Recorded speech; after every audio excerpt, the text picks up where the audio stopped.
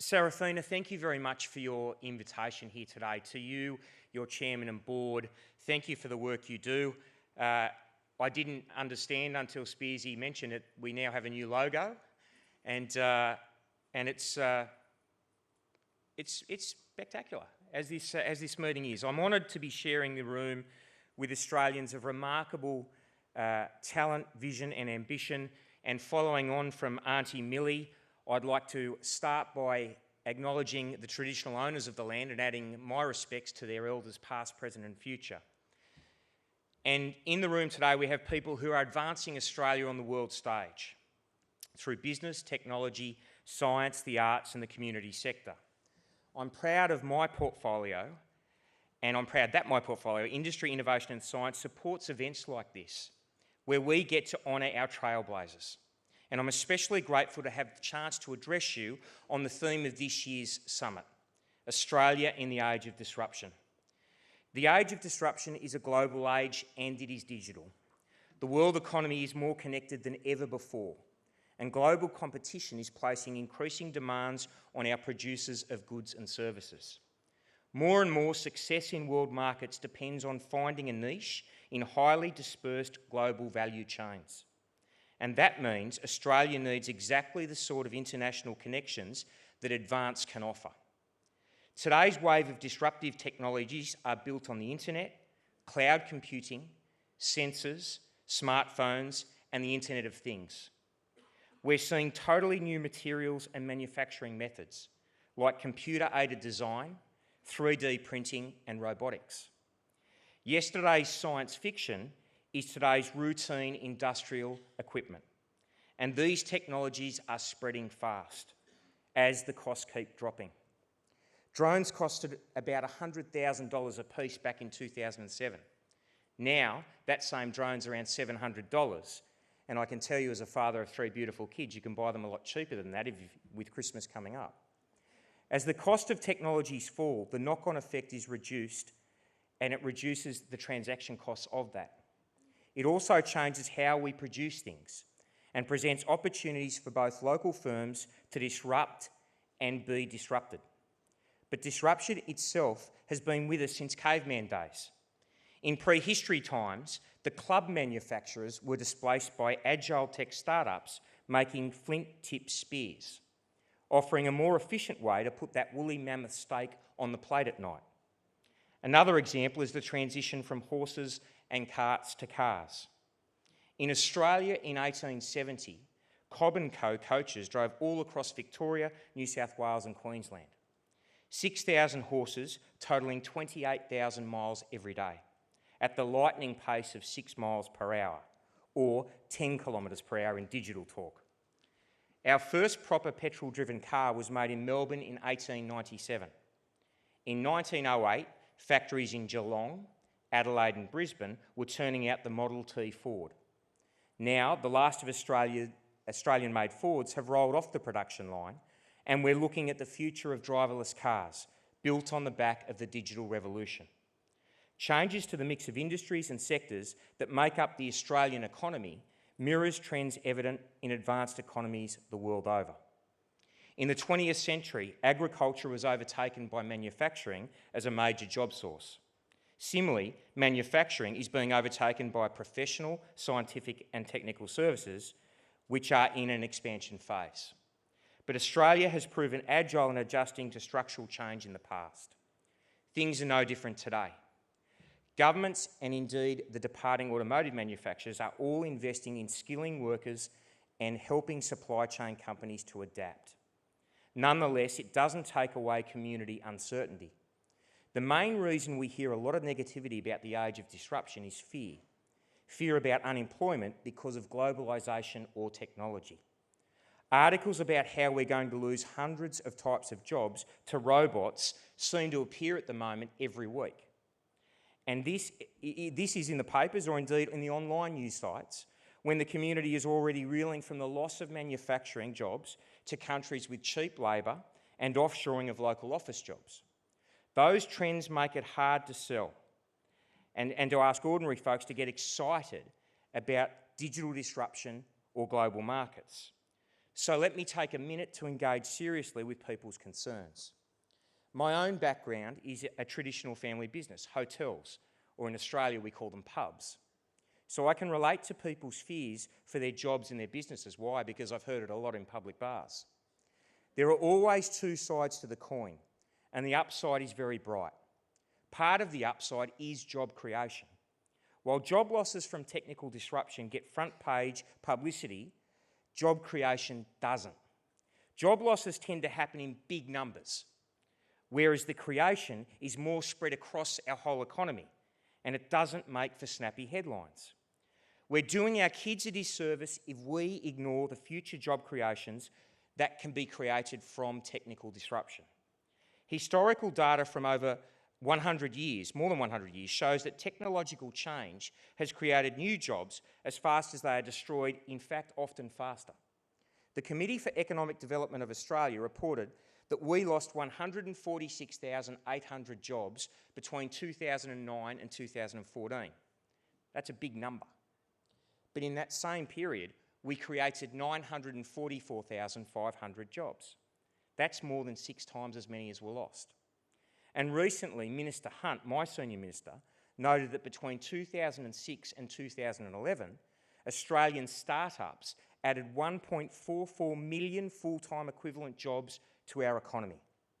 Another upside from structural change in Australia has been the even distribution of benefits across the population.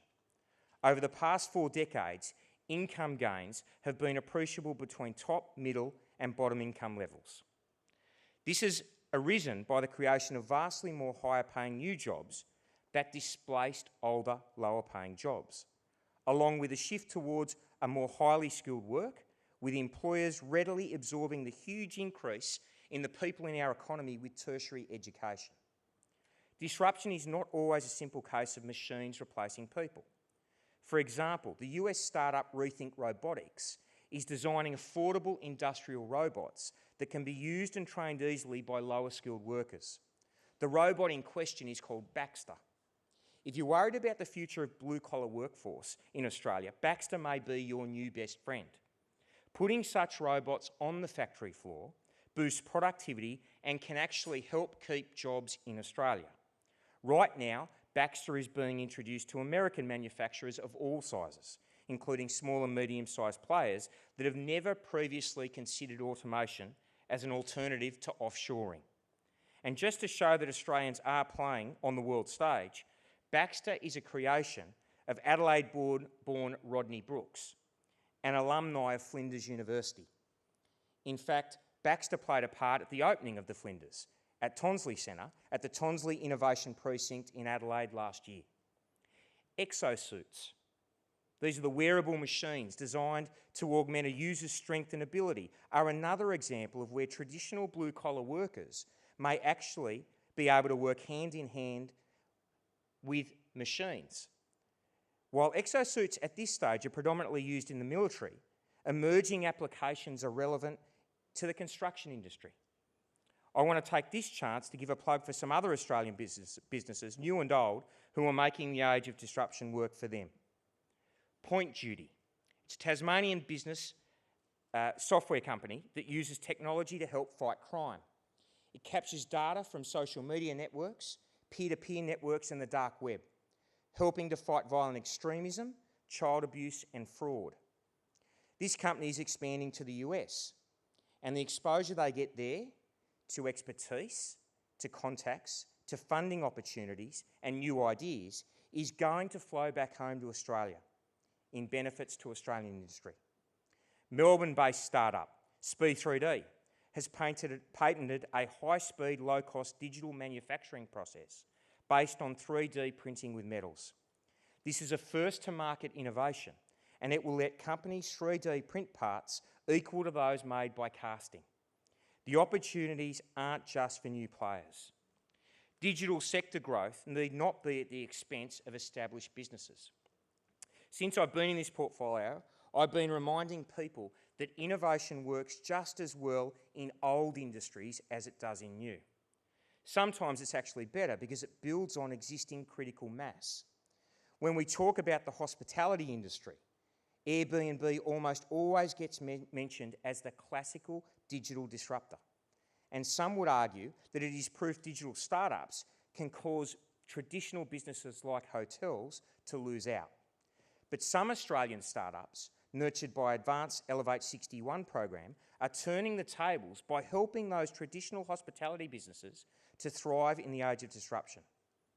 Gold Coast startup Notebook makes a cloud-based reservation system for holiday parks, hotels, resorts and service departments. It saves time by combining property management and digital marketing functions in one platform.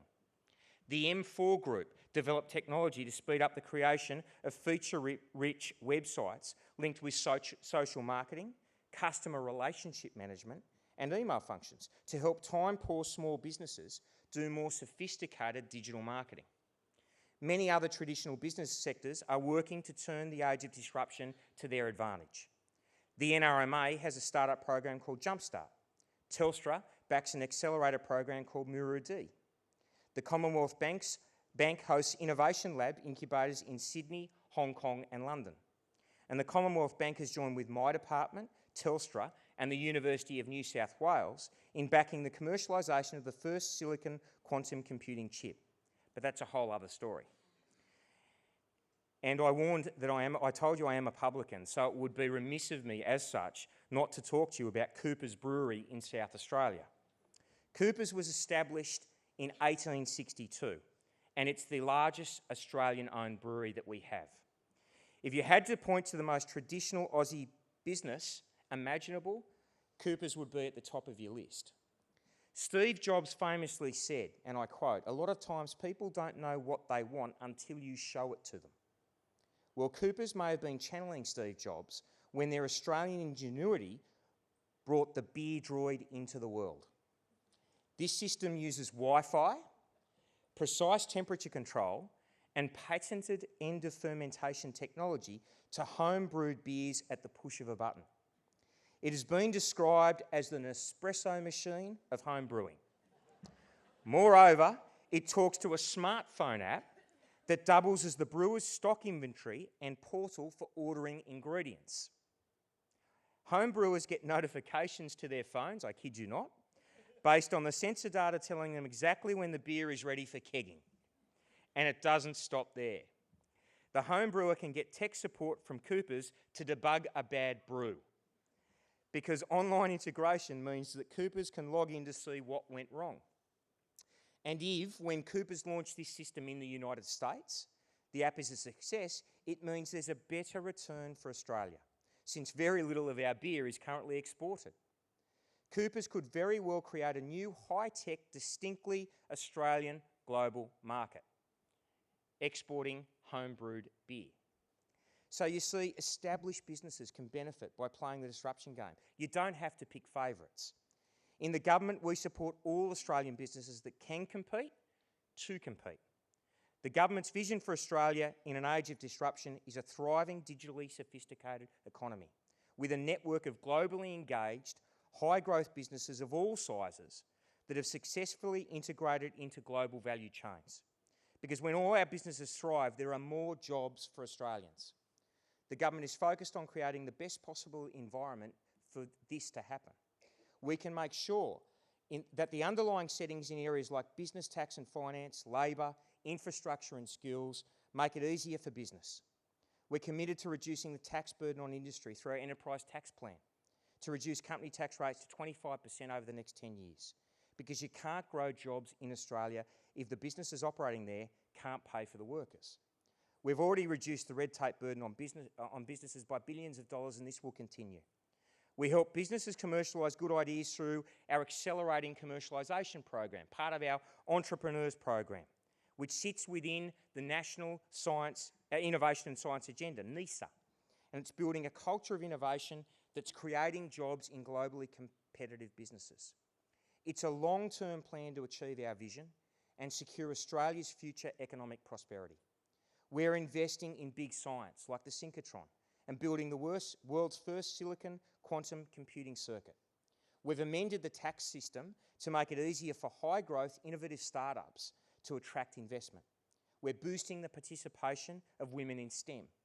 Minister Hunt has spoken about the potential for the next waves of NISA, focusing on big science infrastructure and encouraging private sector investment in innovation. Future waves will make it easier for business to get on with it by reducing unnecessary regulation, an issue very close to my heart. I'm already talking with my state and territory counterparts about how we harmonise regulation and approvals. And Innovation and Science Australia will deliver a 2030 strategic plan for innovation, science and research. But the government can only do so much. Ultimately, it's the vision and drive of private enterprise that has to generate prosperity. It's you guys, not we suits on the hill. This brings me to somewhere where we could use your help. All the people in this room, the people listening to us today, or reading this from overseas, in our vision for the future economy, businesses collaborate with the research and government sectors, contributing to a globally focused and vibrant culture of innovation and entrepreneurship. Like you, we in the government believe in the opportunities of the global economy for Australians. We believe in the benefits of free trade. We've opened up new markets for Australian products and services through our free trade agreements with countries like Singapore, China, Japan and Korea.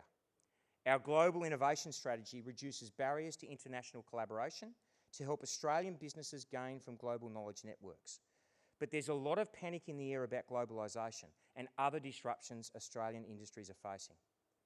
I've already warned about the mentality, that drawbridge mentality, in response to the age of disruption.